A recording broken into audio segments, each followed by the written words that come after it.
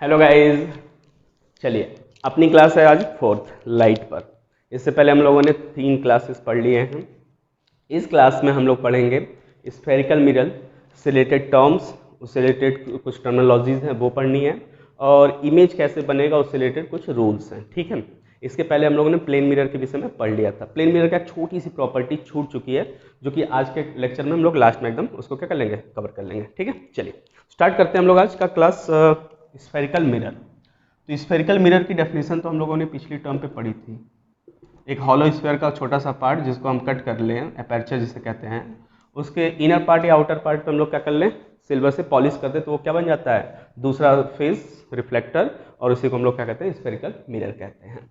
Spherical mirrors में जो terms आते हैं, जैसे सबसे पहला टर्म बात करें हम, पोल किसे कहेंगे, तो पोल की कहानी अगर हम बात करें तो उसके लिए हम बना लेते हैं एक मिरर। जैसे ये रहा मिरर, कॉनकेव मिरर है। ठीक है, हम कॉनकेव ले लेते हैं, कॉन्वेक्स से भी सेम चीज़ें सेम कॉन्सेप्ट निकलेगा, उसमें ये नहीं कि अलग उसमें परिणाम है, पोल अलग होते हैं, नहीं, सेम होगा। तो पोल की बात करें तो पोल क्या होता है, जो मिरर वाला पोर्शन है जिसको हम लोग अपर्चर कहते हैं, मान लीजिए इसका नाम क्या है, एम एन है। इस एम एन के exactly half up half down के पोर्शन को लेकर बीच में एक सेंटर पॉइंट बनाएंगे, और इसी को क्या कहेंगे हम लोग, पोल। तो इसका नाम तो हो गया पोल, लेकिन डिफाइन कैसे करेंगे, तो लिखेंगे हम लोग simply geometric centre of mirror. Simply किसी भी डेफिनेशन को बहुत हार्ड भी किया जा सकता है और बहुत सिंपल वे में बताया जा सकता है ना। तो एग्जाम में आपको जो अच्छा लगे, जो याद रहे वो लिख सकते हैं। अगर 2 याद है तो 2 लिख सकते हैं, डिपेंड्स ऑन टाइम। पोल हो गया, जियोमेट्रिक सेंटर को कहते हैं हम लोग पोल। दूसरा term centre of curvature represented by C. Pole को हम लोग किससे रिप्रेजेंट करते हैं, पी से। सेंटर ऑफ कर्वेचर क्या होता है, तो देखिए सेंटर ऑफ कर्वेचर हमारा होता कैसे है, अगर हम इसको लेकर ऐसे एक पूरा का पूरा स्फीयर एज्यूम कर ले, खैर ये स्फीयर नहीं दिख रहा है, सर्कल दिख रहा है, बट होता है स्फीयर पूरा, ऐसा सोच ले, तो इसका जो सेंटर दिखेगा, दिख रहा है सेंटर यहाँ पे लगभग लग रहा है, इसी सेंटर को हम लोग क्या कहते हैं, अब इसको भी इरेज कर लें। तो होता क्या है कि इसको बस इमेजिन करना दिमाग में कि लगभग ऐसा होगा, तो उसका सेंटर यहाँ पड़ रहा है, ऐसा नहीं बार बार बना रहे एग्जाम में, नहीं, बस सोच लेना है, इमेजिन करना है। तो क्या लिखेंगे, centre of that imaginary centre of that imaginary sphere to which the mirror belongs. उस इमेजिनरी सर्कल का, या इमेजिनरी स्फीयर कहेंगे, सर्कल तो नहीं, खैर सर्कल दिख रहा था बट होता स्फीयर है, तो उस इमेजिनरी स्फीयर का सेंटर जिससे हम इस मिरर को कट करके निकाले हैं, उसी को हम इसका क्या कहेंगे, सेंटर ऑफ कर्वेचर कहेंगे, सिंपल। इसी तरीके से अगर तीसरे की बात करें हम, रेडियस ऑफ कर्वेचर क्या होगा, अगर हमें ऊपर वाला याद है तो समझ में आ गया, तो ये आराम समझ में आएगा। रेडियस ऑफ कर्वेचर क्या होगा, फिर radius of curvature capital R से रिप्रेजेंट कर लेते हैं सिंपली, उस इमेजिनरी स्फीयर की रेडियस जिससे ये मिरर कट हुआ है, सिंपली कह देंगे रेडियस ऑफ कर्वेचर। तो the radius of that imaginary sphere to which the mirror belongs is known as radius of curvature. मतलब ऐसे ही स्फीयर सोचा तो उसके सेंटर से लेकर यहाँ तक की दूरी को हम लोग क्या कहते हैं, रेडियस कहते हैं। ये हो गया डिफाइन, सेम इसकी तरह, बस यहाँ पे क्या लिखना है, रेडियस। ठीक, चलिए फिफ्थ, थर्ड हो गया, फोर्थ में आ जाते हैं प्रिंसिपल एक्सिस। प्रिंसिपल एक्सिस, ठीक है, इसे हम प्रिंसिपल एक्सिस किससे डिफाइन करेंगे, तो देखिए बहुत इजी में, वो लाइन या वो एक्सिस जो सेंटर ऑफ कर्वेचर से और पोल से क्रॉस हो, line passing through COC and pole is known as principal axis, centre of curvature COC। Fifth में क्या बात करेंगे हम लोग, प्रिंसिपल फोकस। प्रिंसिपल फोकस क्या होता है, देखिए प्रिंसिपल फोकस बेसिकली क्या होती है, अगर हम इससे ऐसे समझ लें, थोड़ी देर के लिए किसी को बताना हो तो बोल देंगे कि पोल और सेंटर ऑफ कर्वेचर की एग्जैक्टली मिड वाला पॉइंट क्या कहलाता है, फोकस। बट ये ट्रू डेफिनेशन नहीं कहा जाएगा क्योंकि ये हमेशा वैलिड नहीं होता है। वैलिड कब होगा उसके लिए डेफिनेशन देखिए बनाते हैं। Parallel rays, parallel rays and close to principal axis, principal axis यहाँ ऊपर था, उसको हम प्रिंसिपल एक्सिस को पीए से हर बार लिखेंगे आगे भी, तो याद रखेंगे प्रिंसिपल एक्सिस है। Parallel rays and close to principal axis after reflection meets at a point on principal axis called focus। देखिए क्या लिखा है मैंने, पैरेलल रेज जो कि क्लोज हो प्रिंसिपल एक्सिस के, जैसे हमारे पास ये रही रेज आ रही इधर से आ रही रेज, ये प्रिंसिपल एक्सिस के पैरेलल भी है और पास में, यानी कि यहाँ से ले आ रहा है, इधर से ले जाएंगे तो देखिए क्या होगी प्रॉब्लम, ये तब लड़ने के बाद फोकस से नहीं जाएगी। ये आप हायर क्लासेस 12th में जब जाओगे या उससे आगे तो बताया जाएगा कि ऐसा क्यों होता है, क्या सही था या ऐसे बता दिया जाता है। तो वहां पे जब हम इस लाइन को धीरे धीरे पास ले आते हैं प्रिंसिपल एक्सिस के बहुत ही पास, तो ये लाइन लड़ने के बाद कहाँ से जाती हैं, प्रिंसिपल फोकस से, या उस पॉइंट से जाती हैं प्रिंसिपल एक्सिस पे, जिसे हम फोकस से क्या कहते हैं, टर्म करते हैं, उसको बताते हैं कि हाँ यही फोकस है। क्लियर है? तो पैरेलल होनी चाहिए और साथ में क्या होनी चाहिए, क्लोज होनी चाहिए प्रिंसिपल एक्सिस के, दूर नहीं होना चाहिए। दूर वाला कहीं पता चला फोकस से पहले से निकल गया, दूर वाला पता चला फोकस के पहले से निकल जा रहा है, वो हम लोग 12th में देखेंगे, अभी नहीं चाहिए। ठीक, चलिए ये हो गई प्रिंसिपल फोकस। एक लास्ट आता है इसमें 6 focal length, focal length small F. Focus को हम लोग कैपिटल एफ से रिप्रेजेंट करेंगे प्रिंसिपल एक्सिस पे उस पॉइंट को।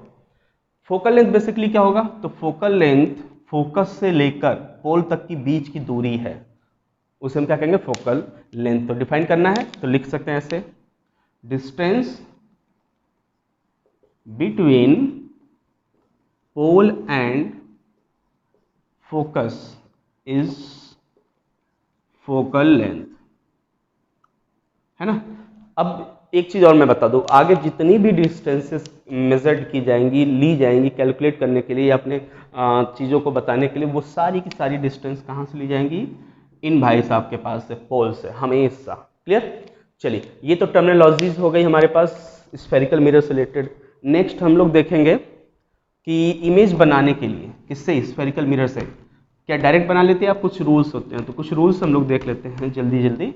इन्हीं की हेल्प से हम लोग स्फेरिकल मिरर से जो जितने भी इमेज बनेंगे सबको आराम से बना सकते हैं। कई बार प्रैक्टिस करने के बावजूद उसमें गलतियां हो जाती हैं मिरर से इमेज बनाने में, स्फेरिकल वाले में, तो उसके लिए ये 4 रूल्स तो कंफर्म हमें याद होने चाहिए। 4 ही रूल्स हैं। देखिए पहला रूल्स कहता है कि यदि कोई मिरर है, हम स्फेरिकल ही ले ले रहे हैं, सॉरी कॉन्केव ले ले रहे हैं, कॉन्वेक्स भी यहीं साथ में बना लेते हैं। चलिए हर रूल में दोनों को दिखाते हैं।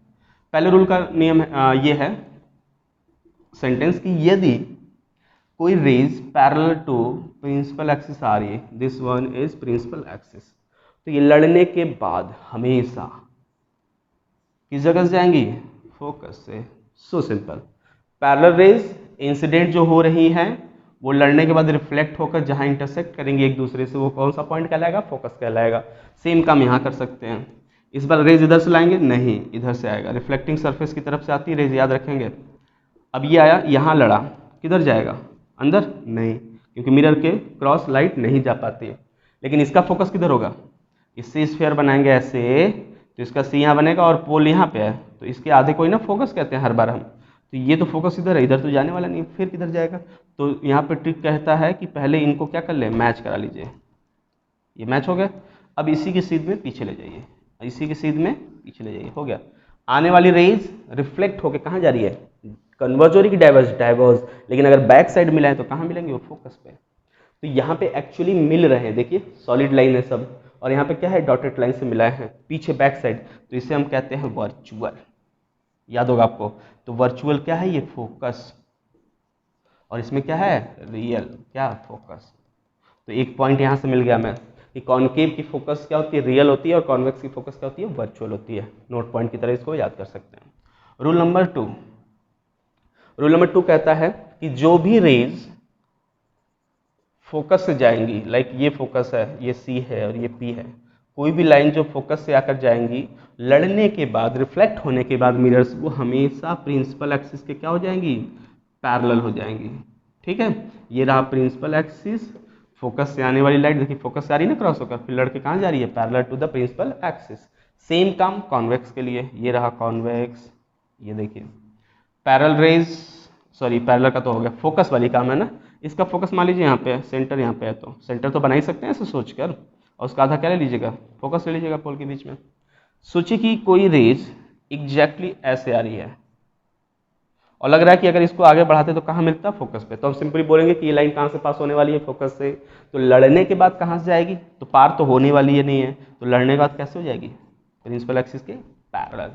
जस्ट देखिए रिवर्स है, सेम ग्राफ है, बस एरो बदला है, इसमें एरो पैरेलल आ रही थी, फिर इससे गई है, इसमें फोकस से आ रही तो पैरेलल हो गई, याद रहेगा। Rule number 2। रूल नंबर 3 पे आते हैं। रूल नंबर 3 कहता है कि यदि कोई भी रेज पोल पर आए और नॉर्मल से, नॉर्मल मतलब जो मिरर पे कितने डिग्री पर हो, 90 पर, तो देखिए जैसे ये मिरर है, ये इसका पूरा घुमाकर यहाँ क्या बना लेते हैं, सेंटर, तो सेंटर से जो ये लाइन गई है ना, जिसे हम प्रिंसिपल एक्सिस कहते हैं, ध्यान से देखिए क्या इस मिरर पे ये 90 डिग्री पर है, मिरर का छोटा सा पोर्शन सोचेंगे तो वो स्ट्रेट ऐसा होगा ऊपर, और ये वाली लाइन क्या कहलाएगी, 90 डिग्री, तो मिरर पे ये वाली लाइन क्या कहलाएगी, प्रिंसिपल एक्सिस एक तरह की नॉर्मल है, सबसे अच्छी नॉर्मल मानी जाती है। और अगर यहाँ नॉर्मल खींचना होता तो हम इसी से यहाँ खींच लेंगे लाइन, देखिए इस मिरर पे लाइन ऐसी, ये परपेंडिकुलर, तो ये भी नॉर्मल।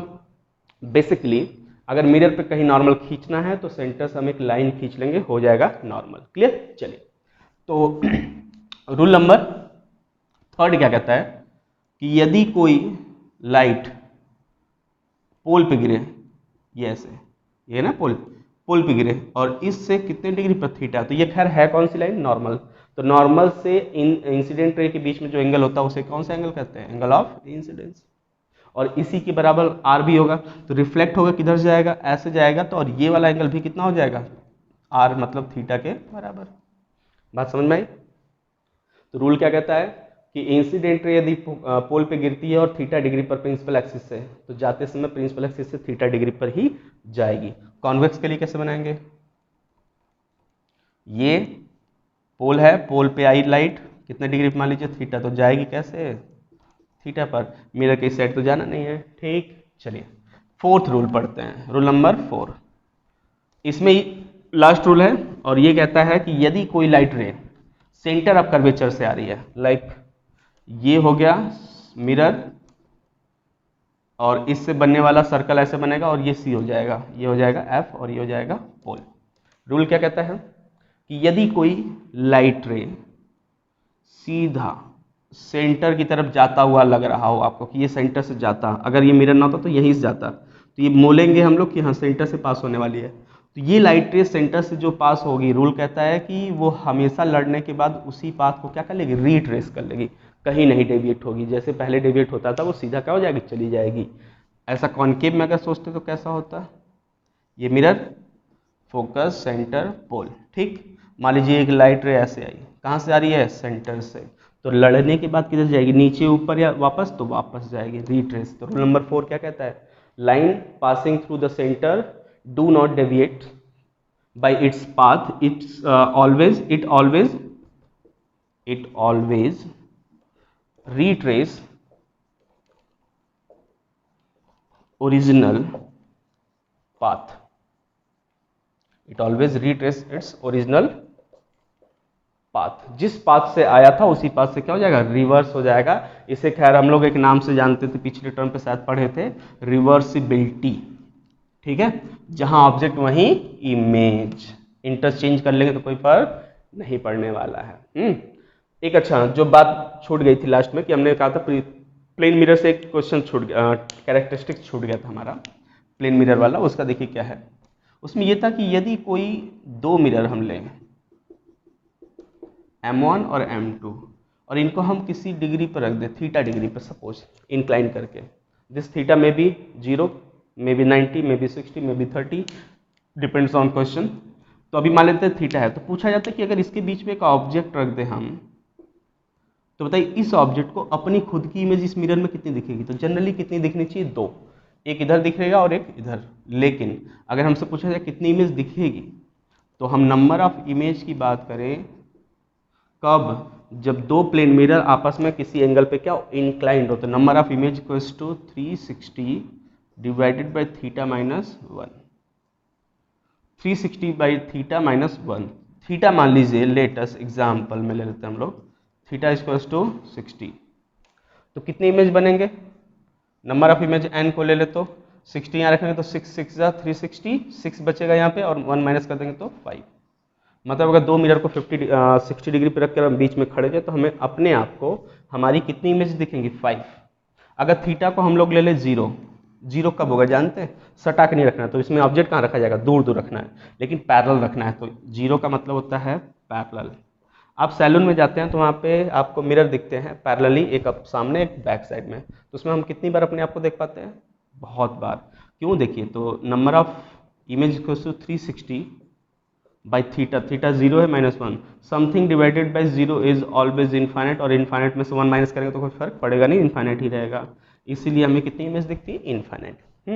90 अगर डिग्री पे है तो जैसे रूम की दो दीवार हैं, ये मान लीजिए ये वाली दीवार और उधर वाली दीवार को हम मिरर कर दें और बीच में खड़े हो जाएं, तो हमें कितनी इमेज दिखेगी अपनी आप की? तो इनके बीच में एंगल कितना है? 90, 90 रखिए इसमें, 90 यहाँ रखेंगे तो 90 4 जा 360, 4 में से 1 गया 3, तो हमें खुद के ऑब्जेक्ट की बात करें, हम खुद खड़े रहें तो हमें 3 इमेज दिखेंगी अपनी, क्योंकि 90 यहाँ रखेंगे तो पूरा सॉल्व होकर कितना आ रहा है? 3।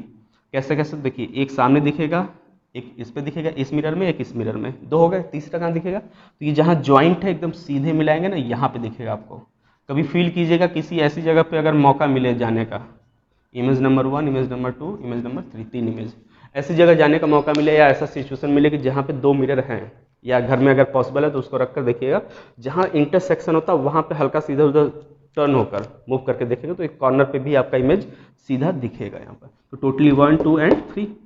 लेकिन ये फॉर्मूला जो है ये 10 तक वैलिड है, बिकॉज आगे चल के अगर हम थीटा की वैल्यू हायर क्लास में मान लीजिए 25 डिग्री दे दे, तो क्या लगता है 25 से पूरा डिवाइड हो जाएगा? नहीं। 46 दे दे, डिवाइड हो जाएगा? नहीं। तो जब डिवाइड नहीं होगा तो ये वैल्यू क्या आएगी? इंटीजर या डेसिमल? डेसिमल। मान लीजिए कि आ रहा है 6.17, अब क्या करेंगे? 1 माइनस करेंगे कितना आ जाएगा? 5.17। क्या इतनी इमेज पॉसिबल है? नहीं पॉसिबल है, तो उसमें एक नया ट्रिक बताया जाएगा एक नए कॉन्सेप्ट के साथ, अभी के लिए इतना ही काफ़ी है। चलिए, ये थी आज की कहानी। नेक्स्ट टर्म पे हम लोग पढ़ेंगे इमेज कैसे बनेगा, रूल्स हमें अच्छे से फॉलो करने हैं। नेक्स्ट टर्म पे सारी चीज़ें पढ़ेंगे, natures, position and magnification. Clear? चलिए, थैंक यू।